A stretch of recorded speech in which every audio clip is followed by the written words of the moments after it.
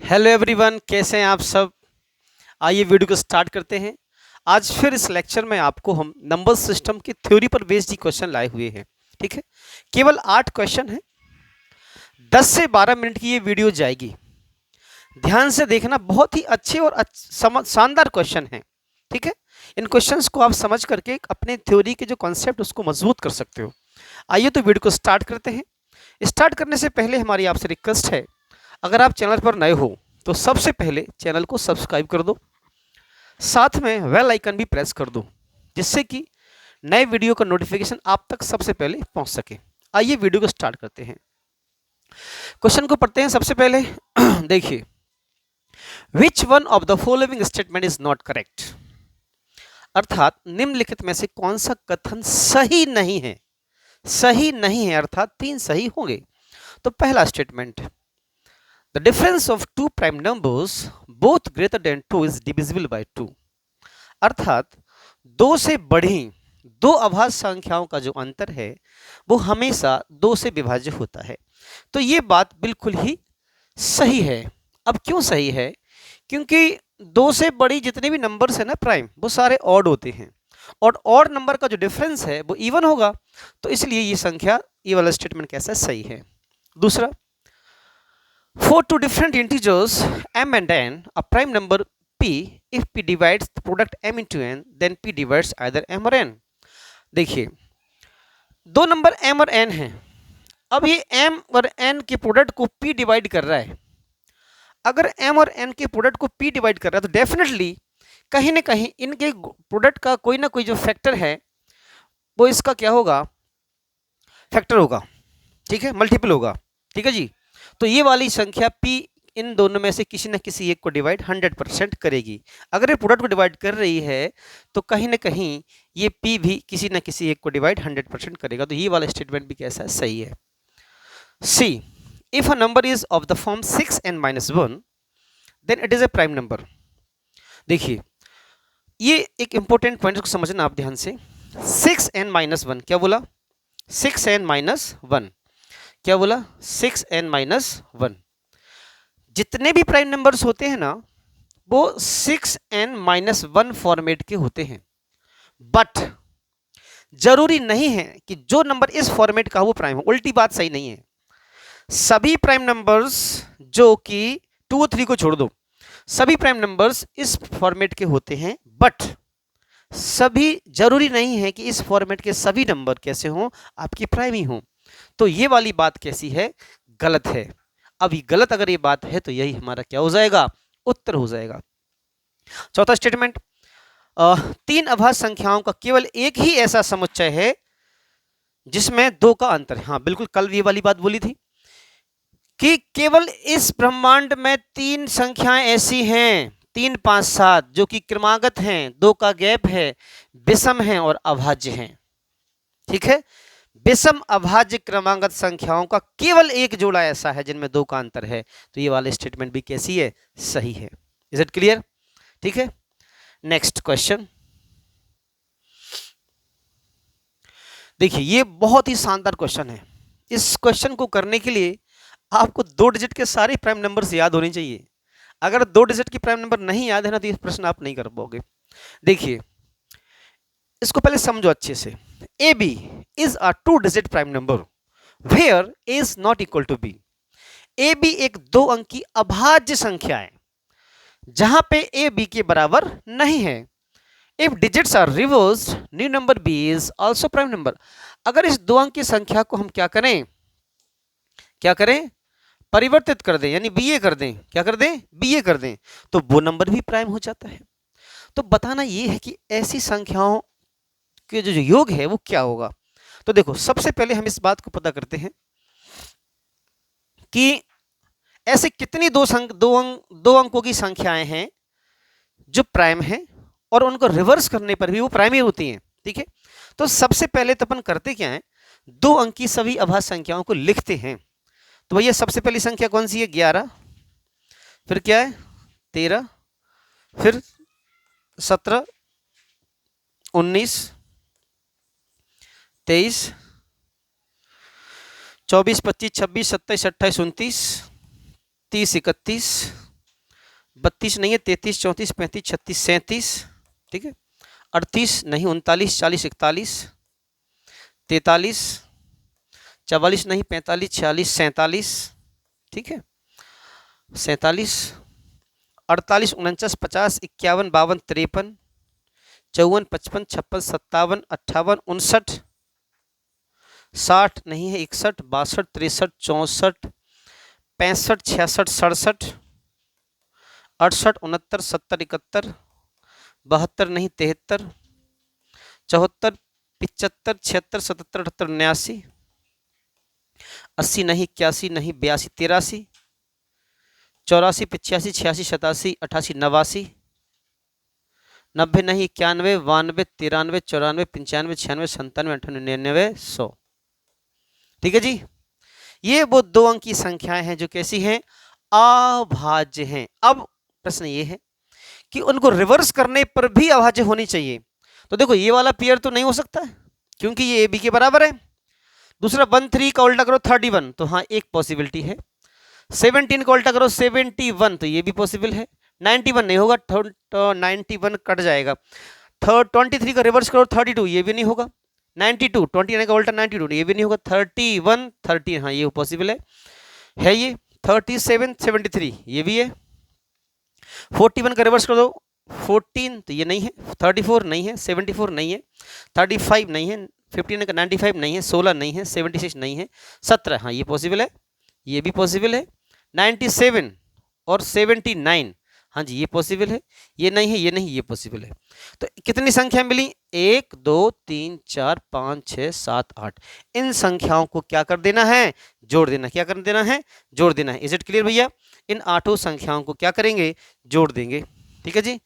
तो 13 plus 17 plus 31 plus 37 plus 71 plus 73 plus 79 plus 97।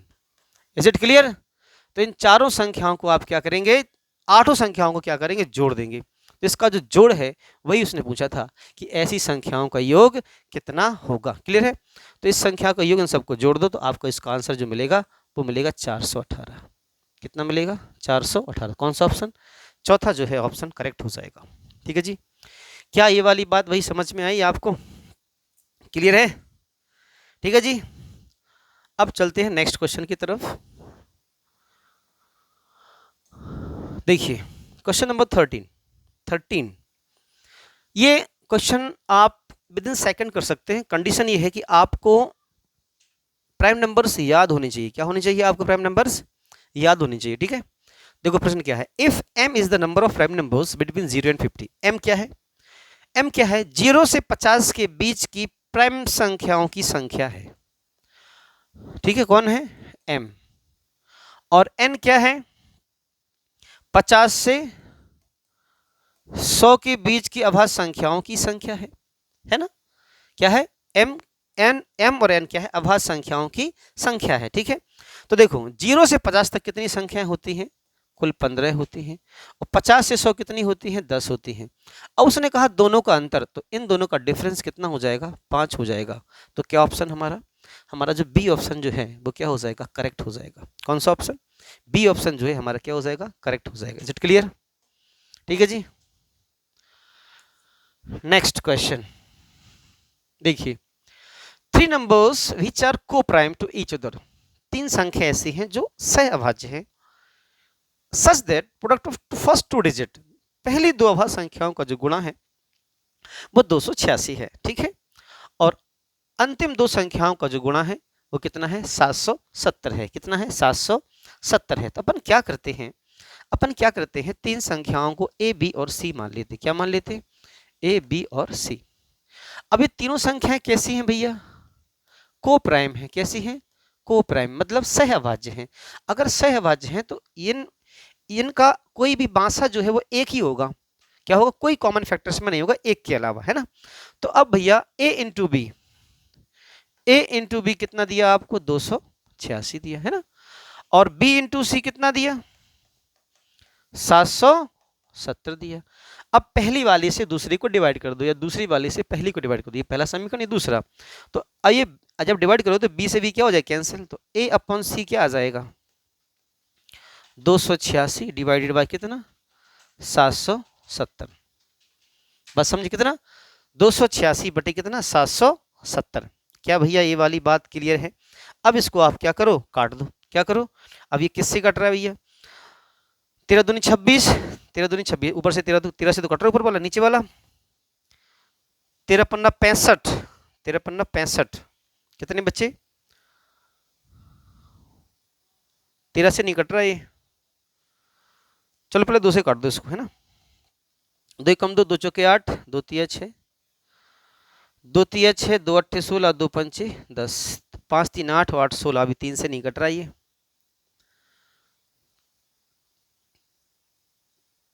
4 से 5 है इधर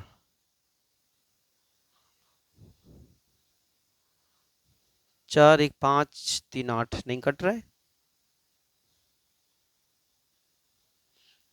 11 से कटेगा क्या? हाँ 11 से कट जाएगा 11 कम 11 11 तिया 33 तो 11 तिया 33 11 पन्ना 55 ठीक है ना। तो देखो a की वैल्यू कितनी आ गई 13 और c की वैल्यू कितनी आ गई 35 ठीक है। तो आपके पास a की वैल्यू कितनी आ गई है 13 और c की कितनी आ गई 35 है ना, a की 13 और c की 35। अब उसने हमें चाहिए b की वैल्यू तो आप यहाँ पे रख दो a की वैल्यू 13 और 13 से इसको भाग दे दो 13 दूनी 26 13 दूनी 26 तो b की वैल्यू कितनी आ जाएगी 22। और उसने क्या कहा है तीनों संख्याओं का जोड़ सम ऑफ 3 नंबर्स, तो तीनों को क्या कर दो ऐड कर दो तो 20 30 50 10 60 60 5 3 8 10 70 तो तीनों का जोड़ कितना हो जाएगा 70 हो जाएगा। तो कौन सा ऑप्शन डी ऑप्शन जो है आपका क्या हो जाएगा करेक्ट हो जाएगा। कौन सा ऑप्शन डी ऑप्शन जो है आपका करेक्ट हो जाएगा। क्लियर भैया बात ठीक है। नेक्स्ट क्वेश्चन अब ये देखो x, y and z are prime numbers and x plus y plus z is equal to 38। तीनों संख्याएं जो x, y, z हैं कैसी हैं अभाज्य संख्याएं हैं और तीनों का जोड़ कैसा है 38 है। What is the maximum value of x, x की अधिकतम वैल्यू क्या है? तो यहां ध्यान दो आपको क्या दिया है आपको दिया है x plus y plus z is equal to 38। अब ध्यान देना ये तीनों नंबर कैसे हैं प्राइम है और प्राइम नंबर्स अगर हैं तो ऑड प्लस ऑड हमेशा ऑड होता है, ये इवन कभी नहीं हो सकता। 3 टाइम्स ऑड नंबर सेट करेंगे तो ऑड ही आएगा बट यहाँ इवन है तो ये तभी पॉसिबल है जब एक नंबर कम से कम इवन हो। तो even plus odd is equal to even number तो ये 38 है और तीनों अभाज्य कम तो हम समझ गए कि एक संख्या क्या होगी इवन होगी और केवल मात्र 2 ही एक ऐसी संख्या है जो अभाज्य है और कैसी है सम है। तो अब y प्लस जेड तो 2 प्लस y प्लस जेड बराबर 38 तो y प्लस जेड क्या हो जाएगा भैया 36। अब आपको 2 ऐसी संख्याओं की वैल्यू सोचनी है जिनका जोड़ 36 हो। कंडीशन क्या है what is the maximum value of x की वैल्यू अधिकतम बतानी है। हाँ ध्यान दें x की वैल्यू क्या करनी है अधिकतम बतानी। तो आप क्या करो y को 2 रख लो यहाँ क्या रख लो x तो यहाँ मान लो कि क्या है x है तो x प्लस जेड क्या हो गया भैया 36 हो गया। क्या हो गया x प्लस जेड क्या हो गया 36 हो गया। तो अब x की मैक्सिमम वैल्यू बतानी है तो अगर x की मैक्सिमम बतानी है तो y कैसे होने चाहिए मिनिमम। भाई x जो है मैक्सिमम तब होगा जब y कैसा होगा मिनिमम होगा। तो 36 तो ये 5 रख दो ये 31 रख दो 31 5 36। उससे पहले अगर आप 2 रखोगे तो यहाँ कितना 34 प्राइम नहीं है। 3 रखोगे तो 33 प्राइम नहीं है तो 5 रखना पड़ेगा ये 5 तो ये 31 तो x की मैक्सिमम वैल्यू क्या हो जाएगी फिर 31। तो कौन सा ऑप्शन सी ऑप्शन जो है आपका करेक्ट हो जाएगा। ठीक है जी भैया। तो यहाँ पे ध्यान दें x बाय जेड का जोड़ 38 है तो इनमें से कोई ना कोई एक तो इवन होगा ना तो हमने y को फिर इवन मान लिया है क्योंकि हमें x की तो वैल्यू ही निकाल ली है। ठीक है जी। तो नेक्स्ट क्वेश्चन पे चलते हैं। n is the smallest 3-digit prime number when n is divided by 13 then what will be the remainder। देखिए जो n है वो 3 अंक की अभाज्य संख्या है। क्या है 3 अंक की अभाज्य संख्या। तो 3 अंक की सबसे छोटी अभाज्य संख्या क्या होती है 3 अंक की सबसे छोटी अवध संख्या क्या होती है? 101 होती है। इसको किससे डिवाइड किया गया?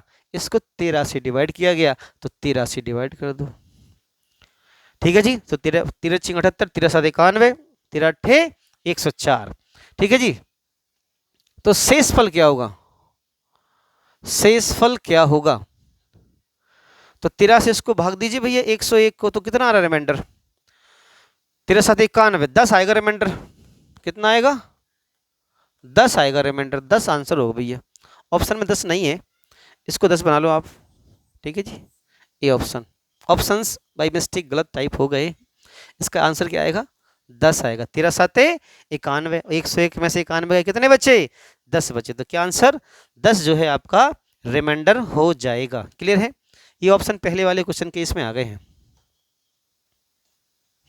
ठीक है ना, कोई इशू नहीं। नेक्स्ट क्वेश्चन डिस्कस करते हैं अपन। 17 question.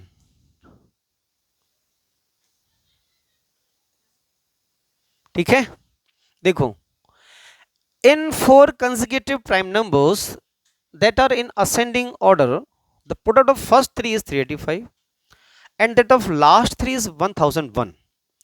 The largest given prime number is, देखिए 4 consecutive prime numbers, 4 अभाज्य क्रमागत संख्याएं हैं। कितनी है? 4। तो पहली 3 का जो गुणनफल है, पहली 3 का जो गुणनफल है कितना है? 385 है। कितना है? 385 है। और लास्ट 3 का, और किसका लास्ट 3 का कितना है? 1001। ध्यान देना, 1001 आपको याद होना चाहिए, 7 11 और 13 का प्रोडक्ट होता है 1001। कितने का? 7 11 और 13 का। तो 11 7 77, इसमें भाग दे दो भैया, तो कितना आएगा? 5। तो हम कह सकते हैं 5 गुणे 7 गुणे 11 कितना होता है? 385। तो वो 4 संख्याएं कौन सी हैं? 5 है, 7 है, 11 है और 13 है। ये वो संख्या हैं जो कि क्रमागत अभाज्य हैं। तो उसने पूछा क्या है? बड़ी संख्या। तो बड़ी संख्या क्या हो जाएगी? 13 हो जाएगी। तो कौन सा ऑप्शन? बी ऑप्शन जो है हमारा क्या हो जाएगा? करेक्ट हो जाएगा। कौन सा ऑप्शन? बी ऑप्शन हमारा करेक्ट हो जाएगा। Clear?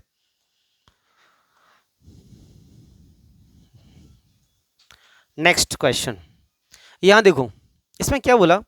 How many pairs of natural numbers are there? How many pairs of natural numbers are there such that difference of their squares is 35? हमें ऐसी संख्याओं के जोड़े बताने हैं जिनकी स्क्वायर का जो डिफरेंस है वो कितना है? 35 है। तो भैया स्क्वायर का डिफरेंस, तो हमने माना एक नंबर क्या है हमारा? ए है। तो ए का स्क्वायर, किसका स्क्वायर? ए का स्क्वायर है ना। किसका स्क्वायर? ए का स्क्वायर माइनस बी का स्क्वायर कितना है? 35 है। तो हम कह सकते हैं a minus B into A plus B is equal to कितना? 35। अब भैया दो, इसकी कोई एक वैल्यू होगी, इसकी कोई एक वैल्यू होगी। तो आप दो संख्या ऐसी सोचो जिनका गुणा 35 होता हो। तो हमने सोचा 1 गुणा 35 भैया 35 होता है, और 5 सत्ते 35 होता है। और कोई ऑप्शन तो बचा नहीं है ना, और कोई ऑप्शन तो बचा नहीं। तो कितने जोड़े पॉसिबल हैं? एक जोड़ा, एक वैल्यू इससे आएगी ए की बी की, और एक इससे आएगी ए की बी की। तो 2 जोड़े पॉसिबल है। तो हम क्या बोल देंगे? 2 पेयर्स आर पॉसिबल। कितने जोड़े संभव हैं? 2 जोड़े संभव हैं। ठीक है जी, क्या बात समझ में आई? ठीक है, चलिए तो मिलते हैं नेक्स्ट सेशन में। आज के लिए इतना ही। जय हिंद, जय भारत और वंदे मातरम।